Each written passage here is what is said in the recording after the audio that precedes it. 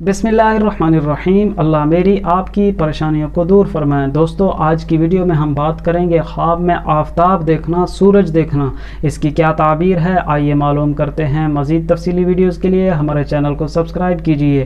ख्वाब में अगर कोई शख्स ये देखता है कि आफताब तुलू हो रहा है, इस बात पर दलील है कि उसकी ज़िंदगी का नया आगाज़ हो, तरक्की पाए, सरदारी पाए और इज़्ज़त में इजाफ़ा हो। कोई शख्स अगर ख्वाब में देखता है कि सूरज बिल्कुल उसके सर के ऊपर है, निस्फ़ुन नहार का वक्त है, 12-1 बजे का वक्त है, इस पर यह दलील है कि उसको सरदारी मिले, इज़्ज़त मिले, कमाल उरूज हासिल हो।